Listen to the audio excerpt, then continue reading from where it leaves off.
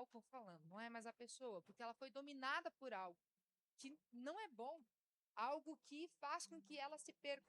Só que Paulo não fala só o que nós não devemos fazer, ele fala o que nós devemos fazer. E o que nós devemos fazer? Ele diz: enchei-vos do Espírito. Quando nós estudamos no original essa palavra enchei-vos, nós entendemos que Paulo está usando um verbo que representa não só um momento da nossa vida, mas representa uma continuidade. No grego, quando a gente vai ler essa palavra enchei-vos, ele tem o significado de encha-se agora, mas continue se enchendo. Sabe? Eu fui cheio, eu sou cheio, continuo sendo cheio. É uma atitude que eu preciso tomar no meu dia a dia. Eu não posso parar. Ah, eu fui cheio em um momento e agora tá bom. Agora eu fui cheio uma vez e já tá bom. Não, eu preciso continuar cheio. Eu preciso continuar me enchendo, transbordando. Eu preciso continuar nesse ambiente, neste lugar. E ter uma vida cheia do Espírito Santo é exatamente isso. Eu entender quais são os lugares, as áreas que eu posso fazer, as atitudes que eu tomo para que eu continue cheio, para que eu continue nesse ambiente me enchendo da presença desse Espírito. E talvez você possa perguntar, né? Para que eu vou ser cheio do Espírito? Mas para que eu preciso ser cheio do Espírito? Bom, do mesmo modo que alguém cheio de vinho vai ser controlado pelo álcool, vai ser controlado por aquilo que entrou dentro dele, quando nós somos cheios do Espírito, nós passamos então a mudar as nossas atitudes. A nossa vida, ela começa a ser diferente. Você começa a usufruir de algo que não é natural, algo que é sobrenatural. Você começa a usufruir, por exemplo, de uma sabedoria que você diz assim: "Olha, não fui eu que pensei tal coisa. Isso é uma ideia tão inteligente. Que saída foi essa?" Você começa a reconhecer, foi Deus que deu. Sabe, o Espírito Santo está dirigindo as minhas ideias. Você começa a perceber que algo que você fez, achando que tinha feito, simplesmente porque deu na telha, simplesmente porque foi uma ideia que veio, você começa a perceber: o Espírito Santo está me guiando. Sabe, ser cheio do Espírito Santo, ser cheio do Espírito, é você dar espaço para Ele guiar você, para Ele dirigir você. Você ser cheio do Espírito Santo é você ser cheio de uma capacitação sobrenatural. O que é ser cheio do Espírito Santo? É você receber uma capacitação que você não poderia fazer, não saberia fazer por você mesmo. Olha que interessante, a primeira pessoa, o primeiro relato bíblico de uma pessoa cheia do Espírito Santo não foi um sacerdote, não foi um rei, não foi um pastor, foi um artesão chamado Bezalel. Bezalel está lá no livro de Êxodo, capítulo de número 31. Nós temos ele como o primeiro homem que Deus encheu do Espírito. Isso ainda é Antigo Testamento. No Antigo Testamento, nós não tínhamos o Espírito Santo como nós temos agora no nosso meio. Ainda não estávamos, a gente chama na teologia de essa dispensação. Não era esse tempo ainda. Nós tínhamos muito mais o homem, o ser humano se relacionando com Deus Pai. Nós não tínhamos ainda a liberdade que temos hoje de termos Deus dentro. Nós estamos hoje vivendo esse tempo em que Deus está dentro de nós. Ele habita em nós, Deus Espírito Santo. Isso aconteceu quando? Depois que Jesus morreu na cruz do Calvário, ressuscitou. Quando ele ascendeu aos céus, ele disse: "Eu estou indo, mas aguarda aí, porque vem outro." E esse outro habita aqui no nosso meio.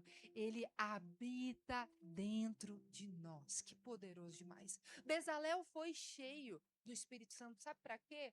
Para poder ter as suas mãos usadas. Se quiser me alcançar, eu falo, né? Ter as mãos dele usadas para a construção do tabernáculo. Ele era um artesão. A Bíblia diz que ele foi cheio, depois Deus encheu um outro homem chamado Aiolabe, e depois Deus encheu ele de uma capacidade, além de fazer, também de ensinar. Olha que coisa linda.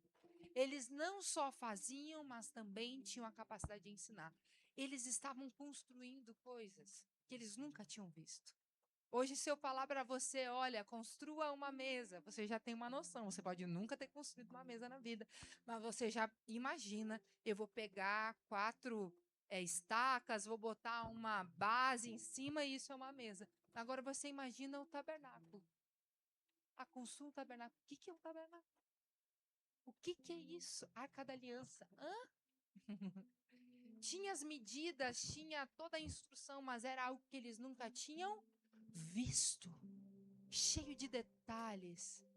Eles não conseguiriam fazer se não houvesse essa unção, essa capacitação espiritual.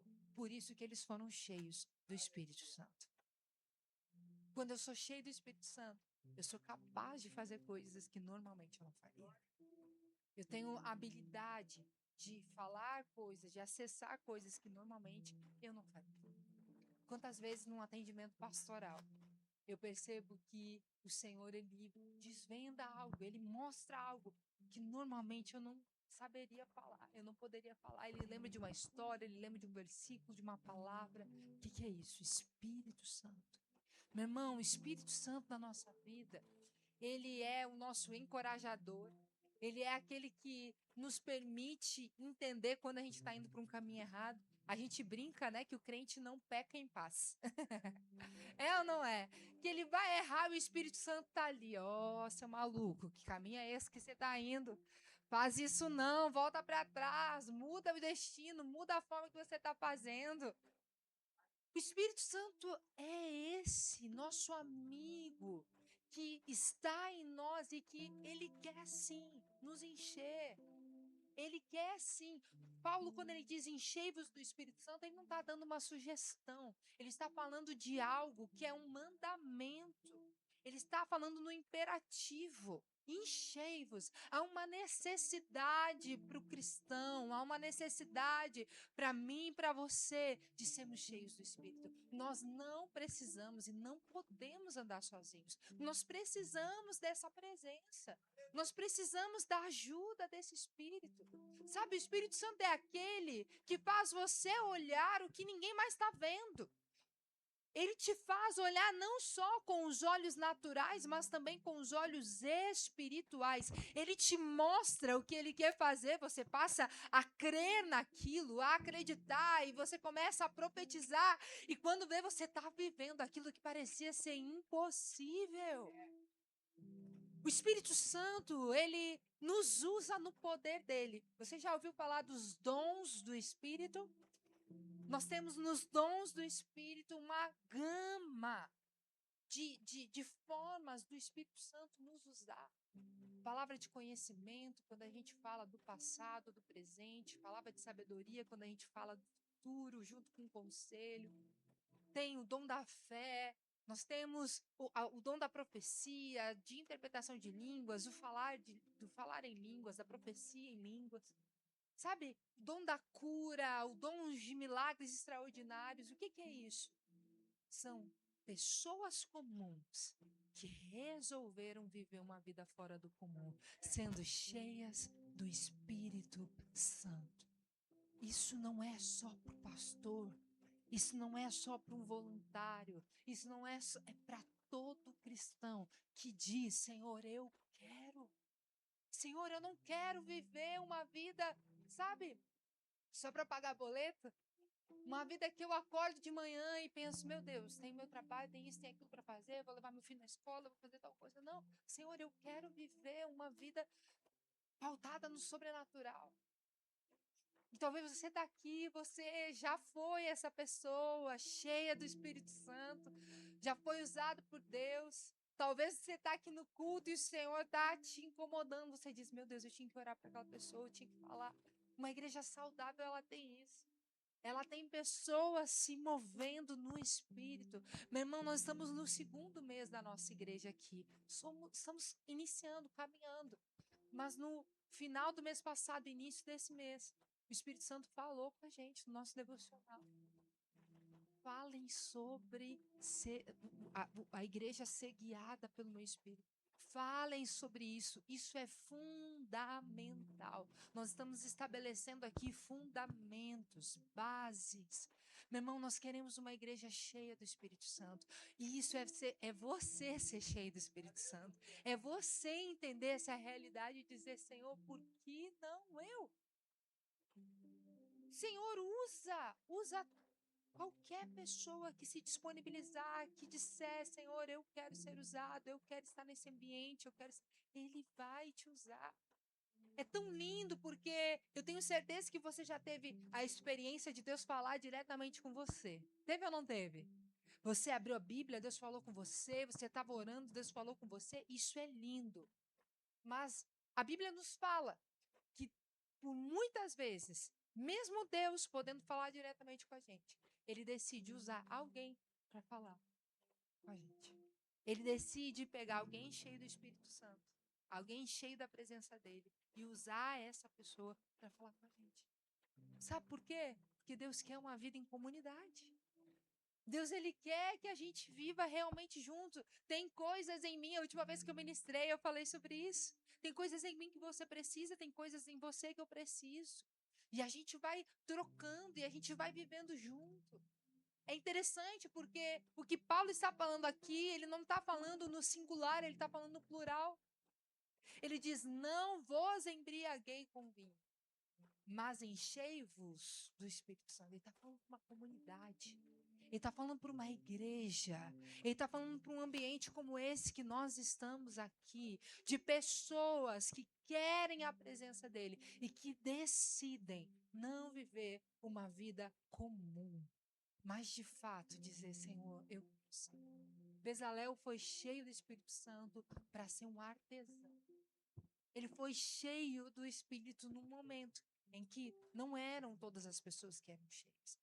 Em todo o Antigo Testamento, nós vemos Deus enchendo algumas pessoas, os juízes, os profetas, os reis. Aí vem Jesus. Jesus, ele viveu o ministério terreno na plenitude e no poder do Espírito Santo. Os milagres que nós vemos Jesus fazer, ele fez no poder do Espírito Santo.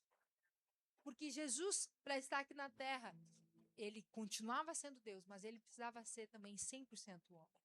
Para que ele pudesse ser o sacrifício perfeito, 100% Deus, 100% homem, agindo no poder do Espírito Santo, para nos ensinar e nos mostrar que também é possível. Se Jesus agisse no poder dele como Deus, não teria como ele ter dito: olha, vocês farão obras como as minhas e ainda maiores. Porque não teria como comparar. Mas ele foi cheio do Espírito Santo. Ele está nos dizendo: se você for cheio do Espírito Santo, você fará obras como essas e ainda maiores. Meu irmão, está disponível para a gente.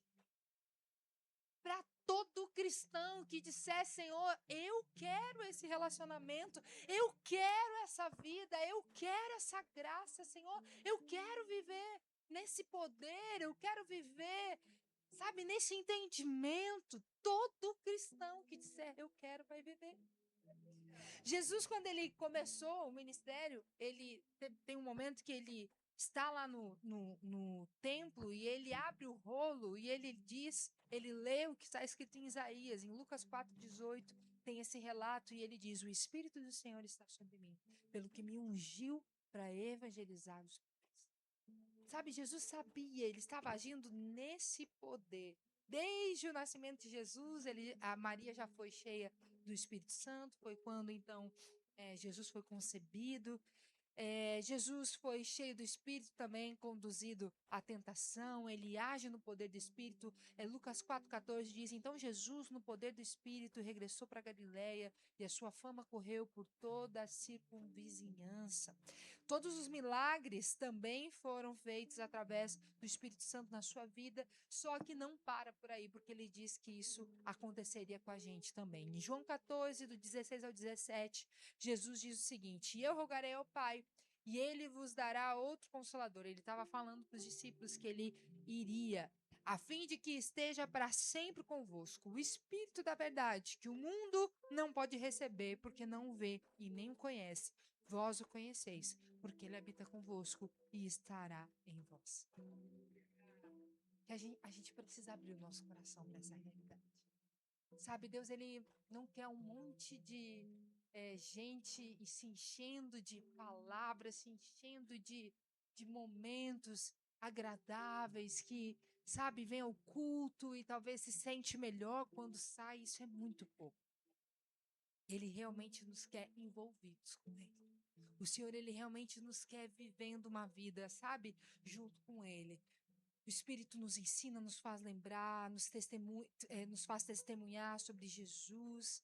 Depois, no Pentecoste, nós temos, então, o derramamento do Espírito Santo, do jeito que nós conhecemos hoje. Foi no dia de Pentecostes, que era uma festa que já acontecia entre os judeus, os crentes, discípulos estavam lá reunidos, e a Bíblia diz que o Espírito Santo foi derramado. Nós ainda estamos nesse tempo. Nós ainda estamos nessa dispensação, nesse lugar, nesse momento. Quando o Espírito foi derramado em Pentecostes, nós vemos proclamação pública de Jesus, vemos pessoas se convertendo, arrependimento, batismo, comunhão, ensino, oração, generosidade, crescimento da igreja, temor a Deus. Isso tudo aconteceu porque o Espírito Santo estava entre eles. Talvez você está aqui, você precisa de mais ousadia, mais coragem. Você precisa, sabe, entender melhor como agir, como fazer. Seja cheio do Espírito Santo. Seja cheio do Espírito Santo. Pastora, mas como que eu sou cheio do Espírito Santo? Como que isso acontece? Bom, pode botar de novo Efésios 5 aqui pra gente? No verso de Efésios, nós vemos então a explicação de formas, algumas formas. Quando nós lemos o Novo Testamento, a gente vê diversos textos que vão trazer essa realidade de como eu ser cheio do Espírito Santo, mas nós vamos usar esse texto de Efésios para falar de algumas dessas formas. Efésios 5:18. Algumas dessas formas, algumas das maneiras de nós nos mantermos cheios do Espírito Santo. Lembra, não é um evento específico, não é só um momento, é no meu dia a dia. E aqui o texto de Efésios, então, Paulo falando com os irmãos em Éfeso, ele dá algumas dessas formas. Ele diz: não se embriaguem com vinho que leva à libertinagem, mas sejam cheios com o Espírito, falando uns aos outros. Pode deixar na tela esse verso? Falando uns aos outros foi o tema que nós abordamos no último domingo. Nós aprendemos que o ambiente onde o Espírito Santo se manifesta é esse ambiente saudável, como no culto, mas também lá na sua casa, onde você se senta para fazer uma refeição e a conversa, ela é sadia. Quando você se reúne com os seus amigos, os seus colegas de trabalho, os seus parentes, e a conversa é uma conversa em que a atmosfera é propícia para o Espírito Santo. É dessa forma que nós nos mantemos cheios. Você já deve ter passado por essa experiência de participar de uma conversa, de estar num ambiente em que a conversa não é legal, sabe? Às vezes é meio maldosa, maliciosa, ou tem, sabe, uma fofoca ali no meio, tem alguma coisa e alguma coisa te incomoda. Você sai, você se sente assim, meu Deus, eu não devia estar ali. Não sei, eu não tinha que ter participado disso. Eu acabei me envolvendo e a gente se sente triste por dentro. Triste, a gente percebe que aquilo ali não era pra gente estar ali. Nós deveríamos ter cortado ou ter saído, enfim. Agora, quando a gente está num ambiente em que talvez a gente vai até de forma despretensiosa, tá numa cafeteria, saiu, tá em algum lugar com algum amigo, aí você começa a falar das coisas de Deus e de repente parece que uma presença tão gostosa ali. E aí você tá conversando com alguém, mas algo dentro de você tá mudando, algo dentro de você tá enchendo. Às vezes lá em casa a gente tá nesses momentos na mesa, conversando, daqui a pouco a gente percebe uma presença tão graciosa de Deus. Às vezes ali mesmo a gente já começa a chorar, diz, meu Deus, Jesus está aqui, olha o que ele está fazendo. Mas porque esse ambiente, essa atmosfera faz com que a presença de Deus venha. E ela nos permite nos manter cheios do Espírito Santo. Esse é o lugar. Falamos disso na semana passada. Agora, conteúdo novo. Ele diz, continua dizendo, falando uns com os outros, com salmos, hinos e cânticos espirituais, cantando e louvando ao Senhor de paz. Nós vamos falar sobre isso. Os verbos que são utilizados aqui do grego, eles dão realmente essa entonação. Mesmo quando está falando de salmos, aqui está falando de cantar louvores, salmodiar, produzir melodia, cantar, entoar. Às vezes a gente enxerga errado esse momento antes do culto começar. Opa, quando o culto começa, que tem o louvor, a gente imagina assim, é só uma preparação enquanto os irmãos estão chegando, a gente vai cantando. Não. Às vezes a gente pensa assim, o culto é mesmo a palavra. Não, o culto é tudo isso, é o nosso culto ao Senhor. Uma maneira de eu ser cheio do Espírito Santo é eu cantar ao Senhor, eu salmodiar, sabe? Eu exaltar ao Senhor aquilo que Ele é, eu exaltar a sua beleza, eu exaltar a sua grandeza.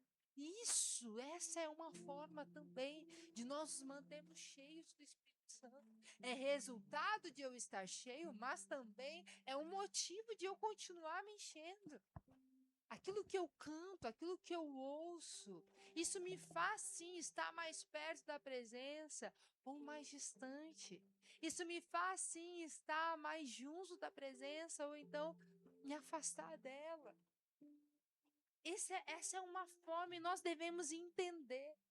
O canto, ele, aqui da forma com que Paulo traz, ele diz, falando uns aos outros com salmos, hinos e cânticos espirituais, cantando e louvando ao Senhor de coração. Veja, ele fala de algo que eu faço para o Senhor, mas de algo que eu faço em conjunto. Ele está falando da minha relação direta com o Senhor, na vertical, em que eu adoro ao Senhor, mas ele está falando de algo que nós fazemos juntos, como comunidade, como igreja, nesse ambiente. Talvez, enquanto nós estamos louvando aqui, alguém estava bem distraído.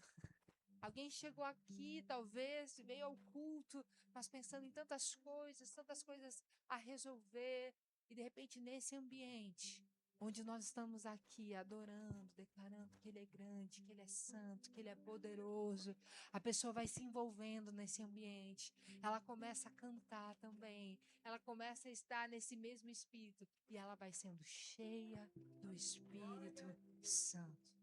Esse ambiente de louvor, ambiente em que nós adoramos, nós bendizemos ao Senhor, nesse ambiente nós nos mantemos cheios. Só que o texto fala que esse louvor, essa adoração, esse cântico, ele precisa ser de coração ao Senhor, louvando ao Senhor de coração, outras traduções, de coração ao Senhor.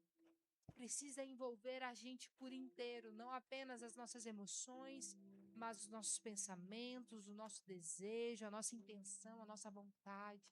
Quando você está aqui louvando, quando você está dizendo, Espírito, Espírito, que desce como fogo, vem como em Pentecostes e enche-me de novo. O Espírito Santo nos convida a fazer isso com toda a nossa intenção, com tudo aquilo que temos, envolvendo o nosso coração, envolvendo a nossa entrega. Sabe, não existe nada na Bíblia que diz que quando a gente ora, ou quando a gente canta, a gente tem que fazer isso com os olhos fechados. Não existe nada, tem o mesmo poder você fazer com o olho aberto ou com o olho fechado. Mas quando nós fechamos os nossos olhos, isso nos ajuda a nos concentrar, é ou não é? Nos ajuda a gente não ficar distraído com as coisas que estão acontecendo. A gente, né, que está aqui envolvido com o culto, com as coisas do culto, fica de olho aberto, a gente já começa a pensar, meu Deus, tem que ver a água, tem que ver não sei o quê, tem que mexer a cadeira, será que viram não sei o que lá? E aí a cabeça começa a distrair, isso é natural. Por isso que nós temos que nos esforçar e fechar os olhos nos ajuda nisso. Então, louve, cante, entoe louvores ao Senhor. que nesse ambiente de adoração, você também vai sendo cheio do Espírito Santo.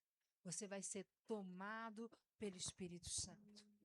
Em Romanos 12:1, nós temos um versículo aqui só para a gente pensar um pouco mais sobre essa realidade. Romanos 12:1, Paulo, ele dá uma instrução aos cristãos romanos, ou alguns cristãos que estavam em Roma, e ele diz: rogo-vos, pois, irmãos, pelas misericórdias de Deus, que apresenteis o vosso corpo por sacrifício vivo, santo e agradável a Deus, que é o vosso culto racional. Então, quando eu cultuo ao Senhor, não pode ser só uma emoção. Não pode ser somente algo que eu faço porque eu senti no meu coração um movimento. Não, é um culto racional e que me entrega quem eu sou, tudo que eu tenho, em forma de adoração e de louvor, reconhecendo quem Deus é. Nós temos um exemplo bíblico maravilhoso, Paulo e Silas na prisão. Quem conhece a história vai lembrar. Paulo e Silas estavam presos, já tinham recebido açoites, estavam injustamente colocados naquela posição de prisão, mas lá naquela posição, eles decidem cantar. Eles decidem adorar a Deus cantando. Nós sabemos o que acontece um terremoto, as cadeias caem, tudo aquilo que prendia eles cai, eles têm a oportunidade de fugir da prisão, mas eles permanecem lá. Mas não é o foco da mensagem. O foco da mensagem é entender que até quando as coisas não estão bem, até quando o dia é mau, até quando eu fui tocado de forma injusta, até quando parece que as coisas não estão do jeito que eu gostaria que estivessem, também esse é um ambiente de louvor. Também esse é um ambiente para eu cantar. Experimente no dia mal cantar ao Senhor. Experimente quando as coisas não estão bem, quando a injustiça está vindo contra você, quando tem coisas saindo fora do seu controle. Experimente cantar. Você será cheio do Espírito Santo. Você vai ser tomado da presença de Deus. Ele vai encher seu coração. Você vai sendo cheio dessa presença. Isso é tão maravilhoso. Paulo e Silas não cantaram porque a prisão havia desaparecido. Eles cantaram mesmo dentro da prisão. Sabe, eles não cantaram para movimentar ou para fazer o terremoto acontecer. Eles cantaram porque eles reconheciam que ainda que o dia fosse mau, Deus estava ali com eles. Eles sabiam tanto, conheciam o caráter de Deus. Que participou da aula do Start essa semana vai lembrar que falamos dessa importante decisão que é a gente conhecer a Deus mesmo. Não apenas querer conhecer suas mãos, né, o seu favor, a sua graça, isso é maravilhoso, faz parte. Mas quando eu conheço o caráter de Deus, eu posso cantar mesmo em meio a uma tempestade. Eu posso cantar mesmo quando as coisas não estão bem. Eu posso adorar. E assim eu vou me mantendo cheio. Assim eu vou me mantendo cheio dessa presença, cheio do poder. Não importa o momento que nós estamos vivendo, nós podemos continuar cantando e sendo cheio do Espírito Santo.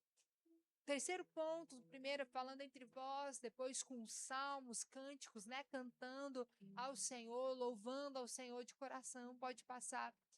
A Bíblia fala, sempre dando graças a Deus Pai por todas as coisas, em nome do nosso Senhor Jesus. A gratidão é uma forma de nós reconhecermos a graça de Deus na nossa vida. Sabe, a Bíblia, ela é contrária à murmuração em diversos textos bíblicos. Especialmente porque essa palavra, dando graças, que simboliza gratidão, ela tem essa raiz mesmo de graça. E quando a gente fala de graça, a gente lembra da obra de Cristo na cruz. Nós fomos alcançados por essa graça. A gratidão vem do reconhecimento do que Cristo fez por nós. Posso estar passando pelo pior momento da minha vida. Ainda assim, Cristo morreu na cruz do Calvário por mim. Ainda assim, eu posso contar com a presença desse Deus. Eu sempre terei motivos para agradecer. Eu sempre terei motivos para louvar o Senhor, sempre haverá motivo para os meus lábios declararem que Ele é bom, que Ele é santo, que Ele é grande, que Ele é poderoso. Sempre haverão motivos. E nesse ambiente onde a gratidão está, onde o nosso coração é grato, apesar das dificuldades, apesar das circunstâncias ruins, eu mantenho um ambiente onde o Espírito Santo pode agir. Eu mantenho um ambiente onde Ele pode continuar me enchendo. Eu mantenho um ambiente onde Ele pode continuar fazendo em mim e através de mim. Meu irmão, esse é o lugar que nós devemos estar. Nós não podemos permitir que os nossos lábios murmurem. Nós não podemos permitir que os nossos lábios comecem a falar daquilo que nós estamos vendo mais do que daquilo que nós estamos crendo. Nós precisamos saber, eu posso não estar sentindo, eu posso não estar vendo nada. Deus é bom. Deus está comigo. E isso precisa transbordar nos meus lábios. Eu preciso fazer da minha casa esse ambiente. Às vezes a gente acorda já murmurando, reclamando, ó céu, ó vida, ó azar. Nós estávamos essa semana num lugar com um casal de amigos e a gente foi ter um tempo de um cuidar do outro, sabe? Um orar pelo outro, a gente conversar. E a gente estava num lugar e aí chegou as coisas que a gente foi comer e aí a gente falou assim, nossa, que pequeno. Os gordinhos. Nossa, esse aqui achei que era maior. Ai, tô com tanta fome, olha o tamanho disso aqui. E aí a gente começou a falar, ai, tá bom, assim, mais ou menos, né? E essa foi a nossa conversa. E do nosso lado, tinha uma menina com uma amiga, e quando chegou o lanche dela, ela pegou o lanche, ela fazia assim, e ela, tô muito feliz de estar aqui, eu tô muito, ai, vou comer isso aqui. E aí esse nosso amigo que é pastor também, ele falou, meu Deus, que vergonha. Chegou o nosso lanche aqui, a gente ficou todo mundo dizendo que era pequeno, que era ruim, que era pouco, que era não sei o que lá, que era caro. E olha a alegria dessa menina aqui do nosso lado. Olha o prazer que ela tá com o que ela pediu, e ela tinha pedido menos coisa que a gente. E ela estava feliz. Sem a gente perceber, a gente vai permitindo que isso faça parte da nossa vida. A gente começa a reclamar, a murmurar. A gente começa a só achar as coisas ruins. O trabalho não está tão bom. Ah, meu marido podia ser melhor. Minha esposa poderia já ter mudado em tal coisa. Os meus filhos eu já queria que tivessem, sei lá, melhor desenvolvidos, já tivessem mais encaminhado. Ah, a minha igreja não é bem como eu imaginava. A cidade onde eu moro podia ser melhor. E aí a gente começa a permitir que isso enche o nosso coração e os nossos lábios. E sem a gente perceber, a presença de Deus vai se afastando. Sabe, Deus ele vai, a gente vai perdendo a percepção da presença dele porque a gente está falando mais de coisas que estamos sendo inspirados pela nossa carne do que propriamente pelo Espírito. Nós temos que ter cuidado, porque o que esse texto fala de 4 dimensões. Primeiro, ele diz sempre, sempre dando graças a Deus. Diga sempre. Sempre haverá motivo para a gente agradecer. Sempre. Isso não é um otimismo barato. Não é um positivismo. Eu não estou ensinando você aqui a ser positivo. É você a ser grato mesmo. Reconhecer o que Deus tem feito. Reconhecer a bondade e a fidelidade dele. Sempre. E a Bíblia diz: por tudo. Sabe, por tudo, não é você olhar o mal que aconteceu e dizer, ah, graças a Deus por essa doença. A gente não é maluco, né? De falar isso, graças a Deus por essa doença, ah, que bom que veio tal coisa. Mas é reconhecer, graças a Deus, que apesar dessa doença, eu tenho a presença de Deus na minha vida. Graças a Deus que apesar dessa escassez, apesar desse dia mal, apesar dessa área da minha vida que não desenvolveu como eu queria, que não está acontecendo como eu queria. Eu tenho um Deus que me sustenta, eu tenho um Deus que abre a porta, eu tenho um Deus que me guarda no caminho, em toda a trajetória, eu tenho alguém que é comigo, eu não estou só. Graças a Deus, a presença dele está comigo. E ainda que as coisas não estejam do jeito que eu imagino, eu tenho Deus que é bom e fiel. Dando graças a Deus por tudo. Romanos 8:28 nos ensina, sabemos que todas as coisas cooperam para o bem daqueles que amam a Deus, daqueles que são chamados segundo o seu propósito. Só consegue fazer isso quem conhece o caráter de Deus. O dia é mau, mas o Senhor é bom. Pode haver falta, pode haver uma situação difícil. Deus, o Senhor é minha força, o Senhor que me sustenta. O Senhor abre o mar para eu passar, o Senhor me faz andar sobre as águas, o Senhor muda diagnóstico, o Senhor muda a minha visão sobre as coisas. Esse é o nosso Deus. Então ele diz: sempre dando graças ao Senhor por tudo, por todas as coisas. E ele diz: a nosso Deus e Pai. Meu irmão, você não está entendendo. Ele diz: a nosso Deus e Pai. Eu posso estar passando por uma dificuldade, mas eu tenho um Pai. Eu sei a minha identidade, a minha filiação. Sabe, eu não estou falando com um Deus distante. Eu não estou falando com um Deus que está longe. Eu estou agradecendo a um Deus que está perto, que é meu Pai. Às vezes a gente tem que trabalhar na nossa mente, né? E chamar Deus de Pai, que às vezes a gente costumou chamar de Senhor. Ele é Senhor, Ele é Rei, mas Ele também é Pai. Esse Pai, a minha identidade, a minha filiação está nele. E eu agradeço nessa proximidade. E diz, em nome de Jesus.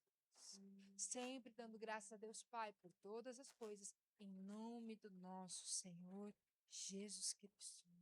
Quando eu lembro disso, quando eu uso o nome de Jesus, isso não é só uma expressão gospel. Não é só uma expressão que eu aprendi dentro da igreja. É a realidade. Que tudo que eu tenho, tudo que eu vivo, passou pela cruz. E hoje eu tenho uma autoridade que me foi dada no nome de Jesus. Então eu posso agradecer no nome de Jesus. Eu posso dizer obrigada, Pai, por tudo que o Senhor tem feito. Eu tenho percebido, eu tenho visto o teu amor. E nesse ambiente de gratidão, a presença de Deus está e Ele nos enche. Nós somos cheios do Espírito Santo. Nos mantemos cheios do Espírito Santo. E para finalizar, a Bíblia fala do último ponto, pode passar. Ele diz: sujeitem-se uns aos outros no temor de Cristo. Em outra tradução, na Ara, diz: sujeitando-vos uns aos outros no temor de Cristo. Sabe, eu disse para você no início da ministração que você é cheio do Espírito Santo, não para esse ambiente da igreja. Não apenas para o momento da adoração, que é tão bom, não apenas para o momento do devocional, que é tão bom, mas nós somos cheios do Espírito Santo para a vida. Somos cheios do Espírito Santo para tudo que fazemos, para onde formos, para aquilo que vivemos. É para isso que somos cheios do Espírito Santo. E agora, depois do texto nos falar sobre a nossa forma de falar uns com os outros, depois do texto nos ensinar sobre nós cantarmos ao Senhor, nós agradecemos ao Senhor, o texto nos ensina então a sujeição. A forma com que nós devemos viver e tratar os nossos irmãos. Dá um sorriso para o seu irmão que está do seu lado e diga: nossa, nunca vi uma pessoa tão bonita assim. Uau, hein? Diga, meu irmão, que bom estar aqui com você. Amém? É bom. Sabe, a Bíblia fala aqui, usa esse verbo, sujeitar. A gente não gosta muito dessa palavra. Está longe da nossa cultura, do natural, do brasileiro se sujeitar. A gente gosta do jeitinho, né? Não é? A gente gosta de se dar bem. Mas, biblicamente falando, a forma com que eu me relaciono com o meu irmão precisa ser dessa forma. A Bíblia está nos dizendo, olha que forte, que se eu aprender a me sujeitar ao meu irmão, a olhar para ele como alguém importante, um filho de Deus, quando eu consigo tratar o meu irmão bem, com cuidado, sabe, zelar por ele. Quando eu consigo me relacionar bem com as pessoas à minha volta, trazendo esse ambiente onde a presença de Deus pode fluir, onde o ego dá espaço para sujeição, para o cuidado com o outro, onde eu não acho que eu sou mais importante do que o outro, era eu que tinha que estar lá, não, era tal pessoa, tinha que ter feito de tal jeito, não. Quando eu estou nesse ambiente de sujeição, ali o Espírito Santo de Deus está. E essa também é uma forma de eu ser cheio do Espírito Santo. Eu falei para você que quando nós somos cheios do Espírito Santo, nós começamos a experimentar os dons do Espírito Santo. Quando eu sou cheio do Espírito Santo, eu começo a experimentar isso. Daqui a pouco você está num culto e dentro de você começa um incômodo e você sente que tem que orar por alguém, falar algo para alguém. Sabe, aquilo começa a mexer dentro de você e você vai lá e ora pela pessoa. Não porque você é melhor, não porque, mas porque o Espírito Santo está, pela misericórdia dele, usando você. E a outra pessoa, se ela também estiver nesse mesmo Espírito, ela vai entender. Deus está usando esse meu irmão para falar comigo.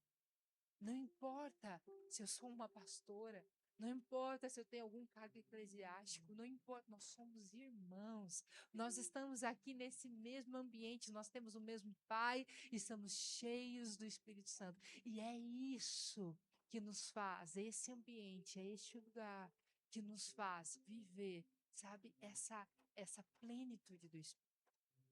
O Senhor ele está nos ensinando a maneira como devemos andar como igreja, cantando ao Senhor, nos sujeitando uns aos outros, falando, tendo conversas saudáveis entre nós.